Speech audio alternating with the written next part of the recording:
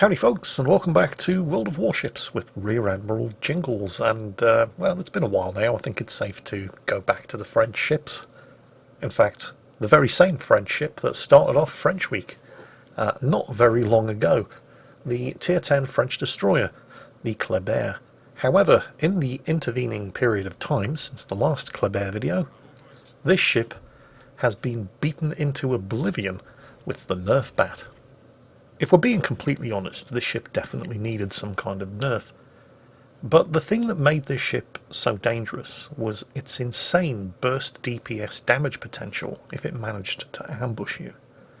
And so what Wargaming nerfed wasn't the main battery reload booster or the rate of fire of the guns, they nerfed the stealth.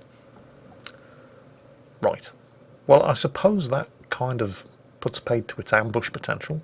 I mean, if you give the ship a base surface detection range of nearly 10 kilometres, nearly 5.5 kilometres from the air, yeah, it's going to make it extremely difficult for the Klerberski to sneak up on you. But nerfing its stealth also took away the character of the ship and what made it different to other destroyers and gave it its unique style of play. So, how exactly do you make the Klerberski work when, even with a stealth module, you have a surface detection range of 8.6 kilometres? Well, Chris Walsh here is determined to figure it out, and I think he's pretty much nailed it because he's just basically given up trying to build this destroyer for stealth, which seems like the wise thing to do, because you're really just polishing a turd.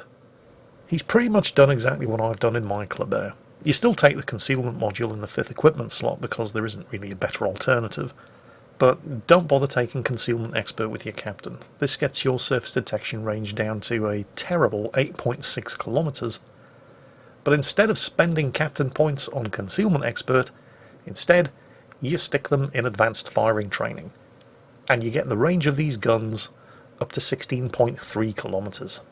What you end up with is an extremely fast, extremely obvious destroyer that has guns that can outrange many cruisers.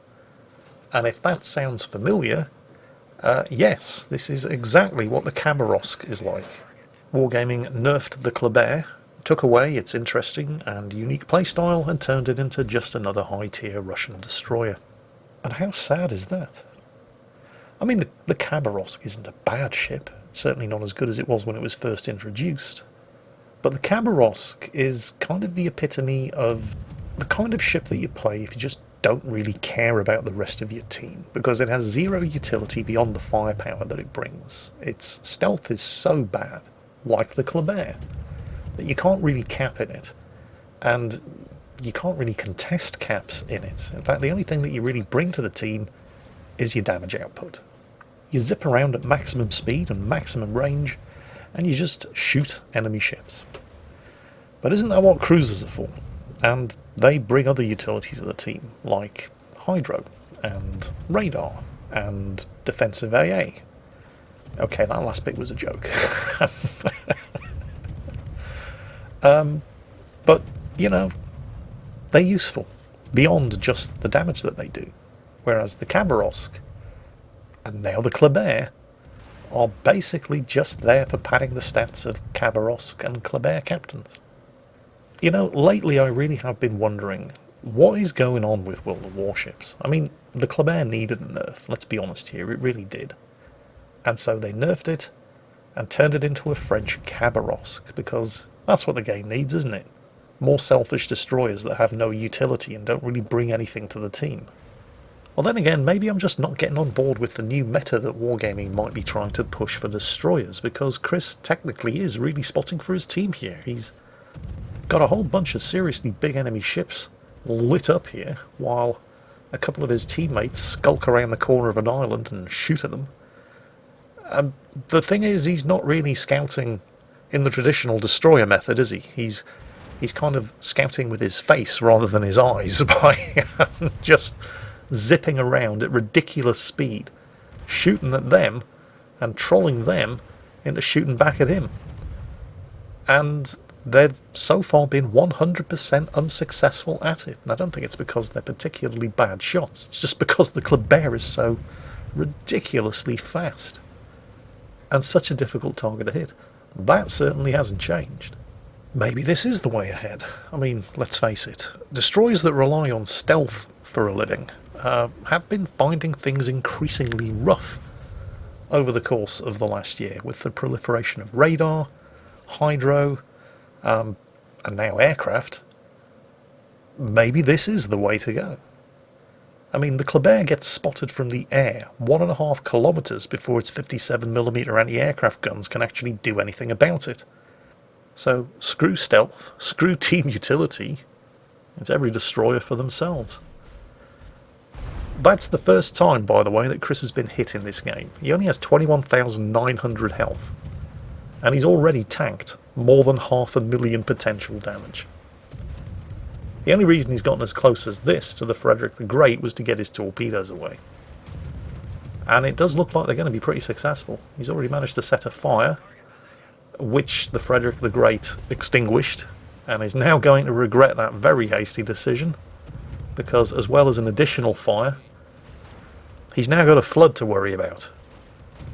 And because this ship is still so amazingly quick, getting that close to a Frederick the Great was kind of dangerous. But in no time at all, he's not that close to the Frederick the Great anymore. And there's his first kill. Yep, with 117,000 damage done. And you know what? If you look at how many destroyers are left alive on Chris's team, other than him, none. Maybe we are actually onto something here, because all of those sneakier destroyers, the Kagero, the Benson, and it's going to sound weird saying this, the Udaloy. Oh yes, we now live in a world where a Udaloy has got better stealth than a French destroyer. But with the enemy Midway and its aircraft, with the enemy Des Moines and its radar, with the 6-kilometer hydro from the enemy Frederick the Great, although not anymore, and the enemy Rune, all of those sneakier destroyers haven't really been faring too well, have they? Whereas Chris here, who's sailing a destroyer that can be spotted from low Earth orbit, still alive and kicking, and just doesn't really give a shit. Oh, so you can see me, can you? Well, I'm sure your parents must be so proud. Let's see you actually do something about it, because seeing the Kleber, much like seeing the Khabarovsk, and actually being able to do something about it, are two entirely different things. Do you remember when the Khabarovsk was first introduced? Oh, it's a new ship, let's shoot it, and nobody could hit it because it was so fast. And it shot at you from so far away that in order to actually be able to give enough lead to hit it at long range, you couldn't be fully zoomed in, because otherwise your shots would just fall short. Yeah. So what tended to happen was that the Khabarovsk was one of the few destroyers that didn't instantly get focused the second it got spotted, because people just couldn't hit it, and so they stopped trying. Except for battleship players, who soon learned that because the Khabarovsk had such good armour, it would arm the fuses of their armour-piercing shells, and they would tend to do full damage, if they were lucky enough to be able to score a hit. Well, the Kleber doesn't have that problem, because it doesn't have that armour. And it's more difficult to hit than the Khabarovsk, because it's faster. The lack of armour, in common with other destroyers, however, does make it more vulnerable than the Khabarovsk to attack from the air by rocket planes. But, well, the Khabarovsk isn't exactly immune to air attack either. And there's kill number 2, with now well over 1 million damage tanked, and still going strong. So perhaps this is the way ahead. But here's the problem. If you make destroyers that have playstyles that are as... well, I don't think selfish is too strong a word. So if you make destroyers that have a playstyle that is as selfish as this, because if they play any other way, they just die, the team only has control of one cap. Going anywhere near a cap circle in this thing would be suicide. Its survival depends on staying as far away as possible, and using the 16.3 kilometer range of the guns. The only times Chris has actually taken any damage in this game were when he got close enough to an enemy battleship to hit them with his torpedoes, and he got zapped from the air by some Midway rocket planes, because that's just what aircraft carriers do to destroyers when they get the chance. Now, you could argue that Chris has been very lucky that the Midway hasn't really bothered him so far, but I really don't think luck had anything to do with it. Chris hasn't been going anywhere near the cap circles. At least, not until now, when he doesn't really have any other choice. And the reason he hasn't been going anywhere near the cap circles is because he can be spotted from low Earth orbit, and cap circles tend to attract a lot of very nasty things like radar, hydro, and other destroyers. So up until now, the enemy midways had plenty of opportunity to bully helpless destroyers who thought that their stealth offered some kind of protection. And you absolutely can still use that ambush playstyle in the Kleber. As the Grozavoy here is about to find out the hard way, you just can't do it in open water anymore. You have to rely on island cover. Hang on a minute, that sounds like the playstyle of American destroyers. Yeah, there really doesn't seem to be much that's French about the Kleber anymore, does there? Chris is now discovering, probably much to his surprise, that you can actually cap in the Kleber. You just have to take care of most of the enemy team first and hope that there aren't any aircraft within 5 kilometers. Ooh, an Asashio. Shoot the Asashio or cap. It's more important to cap, and the Asashio is probably not going to stay detected for long enough to make any difference, no. So yes, not shooting at the Asashio and taking advantage of a once-in-a-blue-moon opportunity to cap undetected was definitely the right choice. Just in case you hadn't noticed, however, Chris is divisioned up with the friendly Midway, so he knows the Midway is going to go back to spot that Asashio again. And now that he's managed to cap, this is still going to be a very brave move, because that Asashio is on all but full health, and Chris, well, isn't. And yes, I'm aware that a Kleber definitely outguns an Asashio, but there's still a massive health difference, as you can quite clearly see. And while the Asashio's guns are your typically Japanese destroyer guns with a slow reload, the high explosive shells do hit very, very hard. So this fight is by no means a foregone conclusion, especially since the Asashio has nearly 3 times the health at the start of this fight that Chris does in the Kleber. Chris's advantage here is that he has more guns and they can fire faster, and if he uses the main battery reload booster, they're going to fire a lot faster. But he's not using it yet, not until the Asashio turns to try to get the rear turret into action, and now he uses the booster. It's still going to be incredibly close, and it was an extremely ballsy move, even with air support. But Chris came out on top, and there's kill number 4. So they're still behind on points, but they now have 2 caps, matching the enemy's 2 caps, and they now have the same number of kills as the enemy team. It's just the enemy team got them first, so they still have the points lead. In order to win, they're going to have to either sink more enemy ships, or flip more caps. And, well, flipping caps is extremely dangerous in this ship. Chris was lucky to get away with it once, and he only managed that because the enemy carrier had better things to do than bother him, but he will be spotted from the air at a range of nearly 5 kilometers, and sitting in a cap circle advertises your presence. Plus, Cap A is where most of the remaining enemy ships are, and Cap Charlie to the south looks like it's being taken care of by the Hindenburg, who's also managed to take care of the enemy rune. So no more capping for Chris, kills it is. It's at this point where Chris is going to prove wrong something that I said earlier. While it's technically true that you can't stealth torp in the Kleber anymore, even with the concealment module you have a surface detection range of 8.6 kilometers, and you could improve on that with the concealment expert skill for the captain, but as we've already established, all you're really doing is polishing a turd. Far better places now for you to spend your points. And your torpedoes only have a range of 8 kilometers. But, as Chris is demonstrating here, if you have an enemy ship that's sailing towards you anyway, you can launch the torpedoes from just outside of surface detection range, remaining undetected, cross your fingers, and hope that they're going to be dumb enough to sail into them. And there are so many ways in which this key really should have known better. I mean, he's spotted, and he knows he's spotted, because the game's telling him that he's spotted, and it can't be the Hindenburg, because he just killed the Rune, and is capping down to the south, and is in fact spotted by torpedo bombers. It's not the Midway, because there are no aircraft nearby. The only other thing that could possibly be spotting him, and if it wasn't obvious enough, Chris has now revealed his position by firing at him. Yes, it's the destroyer. So, continuing to sail on the same course and speed. Well, it wasn't exactly the same course. He did make a minor course variation, but, well, it clearly wasn't enough. So the key's dead. That's now over 200,000 damage.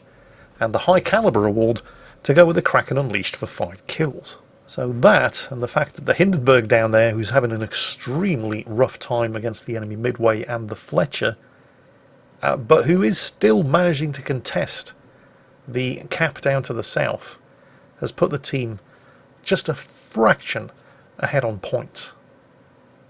The thing is, they can't sit on this points lead. They only have that points lead because the Hindenburg is contesting the cap. If the Hindenburg dies, or if he abandons the cap because he doesn't want to die, the enemy team will retain control of capture point Charlie.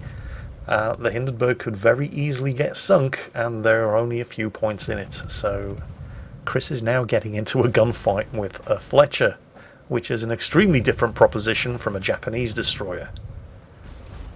Oh, whoa, lordy, lordy, lordy. And he's only gone and done it. Alright, the Midway's going to... Oh, the Midway missed. Well, not that it matters. I mean, it's not like his anti-aircraft guns are going to do anything about it. The Midway's definitely going to finish him off on its return pass. But it doesn't matter. I mean, they're trading points. The Fletcher for the Kleber. It's the same amount of points. And because Chris was able to take the pressure off the Hindenburg, he's managed to cap. So the team now have 3 caps, and at the moment there's not that much of a points lead, but with 3 caps under their belt, the longer they hold on to that cap advantage, the bigger that points difference is going to become.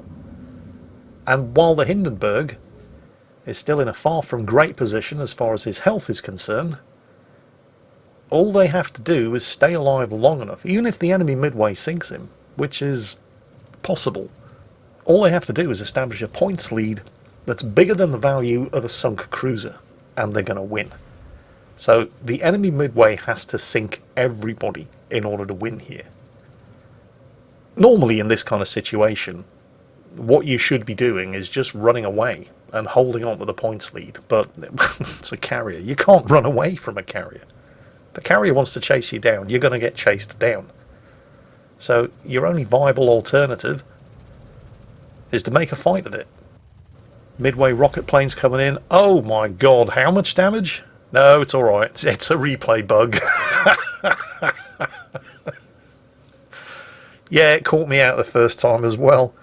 I was about to go on a rant about how ridiculously overpowered Midway rocket attack planes were, but yeah, no. He still has about a third of his health. I mean, it's bad, but it's not as bad as it looked. Of course, if you're shooting at a Midway, even in a heavy cruiser, you should only really be firing armour piercing when you've got the broadside of the ship to shoot at, because, you know, armoured flight deck. Firing the high explosive when the ship's angled has diminishing returns, really, because you're never going to set it on fire. Aircraft carriers in World of Warships are functionally immune to burning. Which, when you think about it, is quite realistic, because when did an aircraft carrier ever catch fire in real life?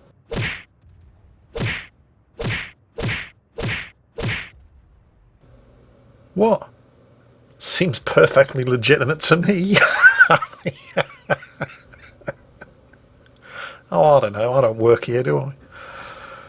I don't know. It seems like the same kind of approach that they took to nerfing the Kremlin, which also badly needed a nerf because it was just far too tanky and durable and impossible to kill. So of course they nerfed its already terrible anti-aircraft guns. Yeah, that'll fix it. That'll show those Russian battleship players.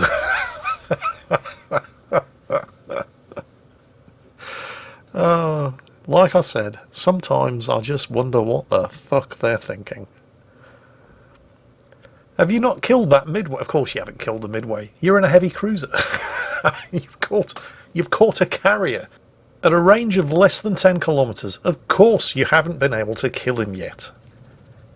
A year now they've been working on the interaction between carriers, surface ships and anti-aircraft guns. And in a situation where the carrier should be burning from stem to stern and completely unable to operate aircraft, because that's what happens when carriers get caught at this range by surface ships, nope.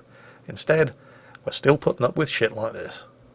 But then the timer expired, the match ended, and the enemy Midway got away despite being under constant bombardment from a friendly Midway and a heavy cruiser for over 2 minutes, because of course he did.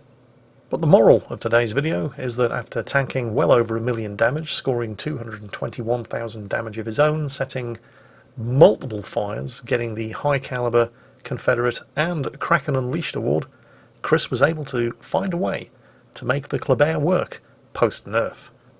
It's just a shame that the way to do it is to, well, basically pretend that it's a Khabarovsk.